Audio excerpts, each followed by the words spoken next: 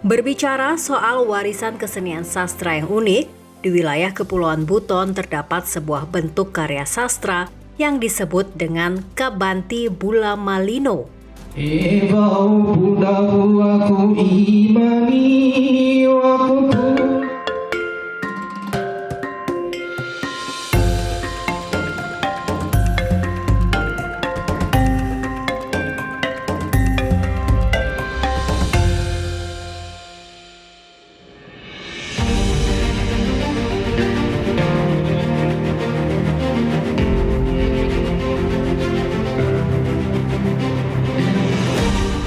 Indonesia adalah negara yang kaya akan karya seni, termasuk dalam hal seni kesusastraan.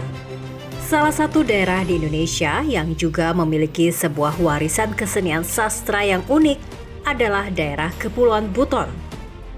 Buton sendiri adalah sebuah kawasan wilayah yang terdiri dari beberapa daerah otonom di Tenggara Pulau Sulawesi, yang dulunya merupakan bekas wilayah Kesultanan Buton, sehingga saat ini dikenal atau disebut juga sebagai wilayah Kepulauan Buton. Berbicara soal warisan kesenian sastra yang unik, di wilayah Kepulauan Buton terdapat sebuah bentuk karya sastra yang disebut dengan Kabanti Bula Malino. Kabanti sendiri adalah sebuah tradisi lisan dan tulisan yang berupa nyanyian atau syair di seluruh wilayah Kesultanan Buton.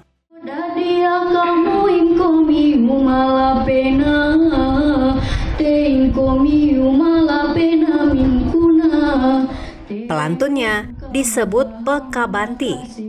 Uniknya, Kabanti ditulis dengan campuran aksara Arab, Jawi Melayu, dan juga aksara Walio.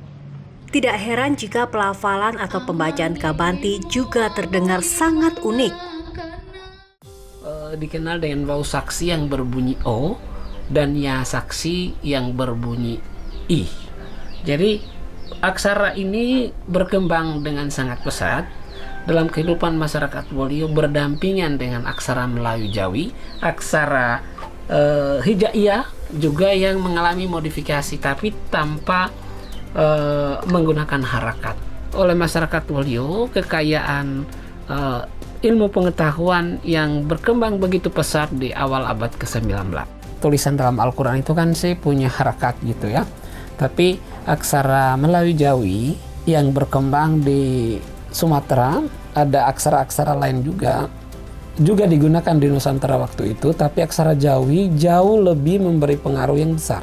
Hingga sampai ke Buton juga digunakan, yang Melayu Jawi ini digunakan dengan melakukan modifikasi pada aksara Hijaiyah. Bunyi-bunyi fonem sesuai dengan pelafalan Melayu. Mengurai asal muasal keberadaan Kabanti, berarti kita harus kembali menengok ke belakang, utamanya pada masa pemerintahan Sultan Buton 29 yang bernama Muhammad Idrus Kaimuddin. Ya, bagi masyarakat Buton, beliau selain dikenal sebagai sultan, juga dikenal sebagai ulama serta pujangga Buton yang tersohor. Sebagai seorang pujangga, Sultan Muhammad Idrus adalah pencipta kesusastraan jenis Kabanti, terutama yang bernafaskan ajaran agama Islam. Yang pertama, Kabanti Bula Malino itu adalah sebuah Kabanti yang pertama-tama muncul. Kira-kira dia di awal abad ke-19, pada tahun 1820-an sampai 830-an, yang ditulis oleh seorang sultan yang bernama Sultan Muhammad Idrus Kaimuddin. Orang Buton menyebutnya Oputamukobadiana. Beliau memang menulis Kabanti ini dengan latar belakang beliau sebagai seorang ulama, merupakan sebuah serapan karya sastra yang ada dalam masyarakat Islam di Timur Tengah. Sehingga Kabanti itu sering disebut dengan nizam. Kata nizam itu berasal dari kata nizam, karya sastra berbentuk syair yang banyak dan populer di Timur Tengah. Biasa sugati nadadimu. Tradisi Kabanti sendiri muncul seiring penyebaran agama Islam di Buton yang tengah gencar-gencarnya, termasuk di dalamnya budaya tulis-menulis. Di sisi lain, masyarakat Buton pada umumnya memang menempatkan syariat Islam di atas segalanya. Hal itu terlihat dari falsafah Buton, Bolimo karo sumanamo lipu, Bolimo lipu sumanamo sara, Bolimo sara sumanamo agama. Maknanya adalah tidak perlu diri asalkan negara tetap utuh. Tidak perlu negara asalkan hukum tetap tegak. Tidak perlu hukum tegak asalkan agama dilaksanakan. Lantas, apa makna yang biasa terkandung dari syair-syair Kabanti? Karena beliau adalah seorang ulama, jadi menyampaikan sesuatu itu harus dilihat dengan kondisi masyarakatnya di waktu itu. Masyarakat di waktu itu lebih suka didekati dengan pendekatan-pendekatan sastra, khususnya di lingkup Keraton Kesultanan Buton. Dalam masyarakat yang sangat menghormati, menghargai sastra, sehingga Islam lebih bagus, lebih tepat didakwakan dalam bentuk karya sastra, karya seni Kabanti ini.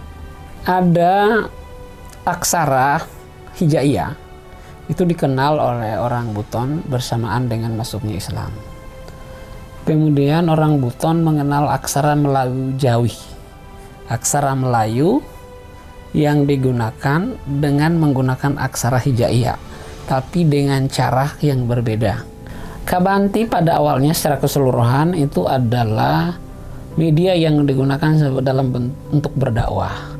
Jadi itu meluas, bicara tentang kehidupan seseorang menjelang kematiannya, terus bagaimana dia dibangkitkan di padang mahsyar, dan kemudian bagaimana Allah Subhanahu wa Ta'ala itu memenuhi janjinya bagi orang-orang yang melaksanakan perintah dan menjauhi larangannya. Begitu juga sebaliknya, yang melakukan kejahatan juga akan mendapatkan ganjaran. Bismillahirrahmanirrahim. Alhamdulillah pada kakumatemu. Tidak bisa dipungkiri pula jika masuknya ajaran agama Islam di Buton yang sampai mengubah status kerajaan Buton menjadi kerajaan Islam turut pula mewarnai perkembangan Kabanti. Petuah-petuah tentang tuntunan dan falsafah hidup yang dilandasi oleh ajaran agama Islam disampaikan melalui kesusastraan jenis Kabanti. Sejak zaman itu pula, teks Kabanti tidak saja berkembang secara lisan, tetapi juga berkembang secara tulisan. Tulisan dalam Al-Quran itu kan sih punya harakat gitu ya. Tapi aksara Melayu Jawi yang berkembang di Sumatera, ada aksara-aksara lain juga digunakan di Nusantara waktu itu, tapi aksara Jawi jauh lebih memberi pengaruh yang besar hingga sampai ke Buton. Juga digunakan, yang Melayu Jawi ini digunakan dengan melakukan modifikasi pada aksara hijaiyah, bunyi-bunyi fonem sesuai dengan pelafalan Melayu. Nah, ini juga dipelajari oleh orang Buton, dibuktikan dengan banyaknya kitab-kitab beraksara Melayu Jawi yang ada di Buton. Untuk melafalkan ucapan, fonem-fonem yang ada dalam bahasa Wolio, maka dibutuhkan sebuah modifikasi baru yang disesuaikan dengan pelafalan orang Wolio, yang disesuaikan dengan pelafalan orang Buton. Kemudian aksara ini digunakan sebagai sebuah aksara resmi kesultanan. Awalnya digunakan sebagai media dakwah. Selain dibacakan oleh para guru-guru agama, juga di kalangan keluarga, itu anak-anak itu kalau di waktu-waktu santai dibaca untuk didengarkan. Atau bahkan ada dulu istilahnya namanya gode-gode.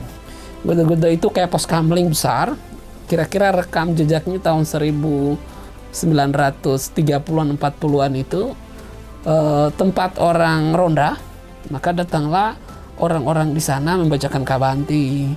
Terus kemudian dengan disitulah Kabanti berkembang. Awalnya itu milik para ulama, pada perkembangannya menjadi milik masyarakat. Namun sayangnya, Kabanti saat ini telah masuk ke dalam ambang kepunahan akibat kurangnya generasi muda Buton yang mau mempelajari budaya ini, serta akibat dari globalisasi yang membuat budaya ini semakin terdesak oleh perkembangan zaman. Tidak heran jika Kabanti saat ini hanya bisa dilantunkan oleh para pelantunnya atau pekabanti yang telah berusia lanjut. Upaya pemerintah daerah setempat untuk melestarikan Kabanti dan menarik minat kalangan muda untuk mempelajari serta melantunkannya lewat ajang lomba sepertinya juga tidak sepenuhnya berhasil. Lantaran upaya nyata untuk terus melestarikan naskah-naskah Kabanti yang syarat dengan kearifan lokal serta terus mengembangkannya di kalangan generasi muda justru belum terlihat nyata. Jadi Kabanti itu kayak Kesultanan Buton. Kabanti itu berisi nasihat-nasihat atau petua falsafah hidup lah. Saya kalau baca Kabanti atau siapapun, saya yakin ketika membaca Kabanti itu kita diajarkan dan diingatkan tentang kehidupan, terutama kematian. Seperti itu yang saya tahu. Dari kecil pernah dengar nenek-nenek suka melantunkan Kabanti. Dulu juga lewat kaset suka diputar. SD kan kita diajar ya, aksara Arab Polio. Terus waktu lihat naskah Kabanti juga kita lihat naskahnya itu bukan tulisan Latin tapi aksara Arab Polio. Kan diajar cara membaca aksara Arab Polio. Kalau kita lihat pada perkembangan sekarang, kita juga harus akui bahwa pemerintah juga sudah melakukan banyak hal dengan cara misalnya membuat lomba Kabanti sehingga kita dapatkan juga adik-adik yang ada di sekolah menengah, SMP dan SMA itu sudah banyak juga yang bisa melantunkan Kabanti. Tapi kan kalau hanya sebatas lomba, ya cukup lomba. Terus bagaimana Kabanti itu bisa hidup di dalam masyarakatnya? Bukan milenial lagi, yang Gen Z ya. Coba lihat saja yang saat ada lomba-lomba Kabanti itu hanya beberapa orang, tapi ya kita bersyukurlah ada yang mendaftar. Tapi langkah selanjutnya bagaimana Kabanti itu bisa hidup, harus terus ada dalam masyarakat kita. Dari Kepulauan Buton, Sulawesi Tenggara, tim Emanus TV melaporkan untuk Sahabat Nusantara.